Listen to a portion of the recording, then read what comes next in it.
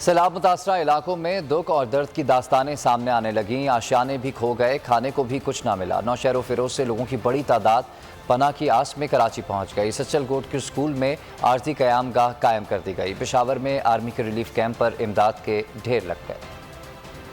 پہلے پانی نے ڈبویا، پھر درد نے ڈبو دیا۔ تکلیف میں ریلیف کی آس نے گھر چھوڑنے پر مجبور کر دیا۔ سیلاب متاثرین کی بڑی تعداد پناہ کی آس میں کراچی پہنچ گئی۔ سچل گوٹ کا سرکاری اسکول درجنوں افراد کا ٹھکانہ بن گیا۔ مخیر حضرات نے خوراک اور پانی کا بھی انتظام کر دیا۔ وہاں سڑکوں پہ اور ہمارے گھروں میں پانی تو گھس چکا تھا، ہمارے پھر گھر میں رہنے کے لیے کوئی جگہ نہیں تھی۔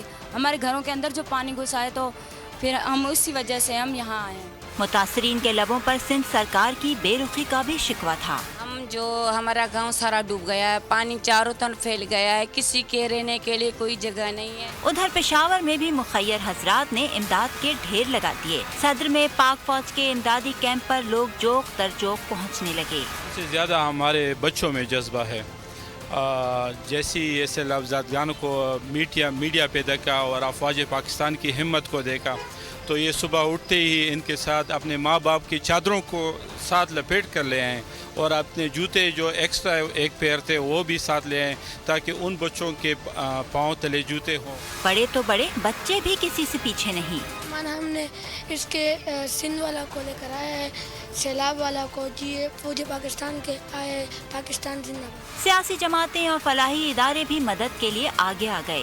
جوک در جوک الحمدللہ آ رہے ہیں، جن کے استطاعت کے مطابق جن کے پاس جو کچھ ہے وہ لے کر آ رہے ہیں الحمدللہ۔ مصیبت میں گھرے بھائی بہن ہماری جانب دیکھ رہے ہیں۔ قوم کو ماضی کی تاریخ دہرانا ہوگی، آج بھی میدان میں آ کر دکھانا ہوگا کہ ہم زندہ قوم ہیں۔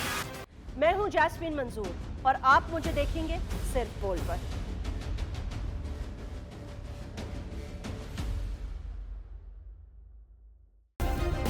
سبسکرائب کریں اور بیل دبائیں تاکہ کوئی خبر رہ نہ جائے۔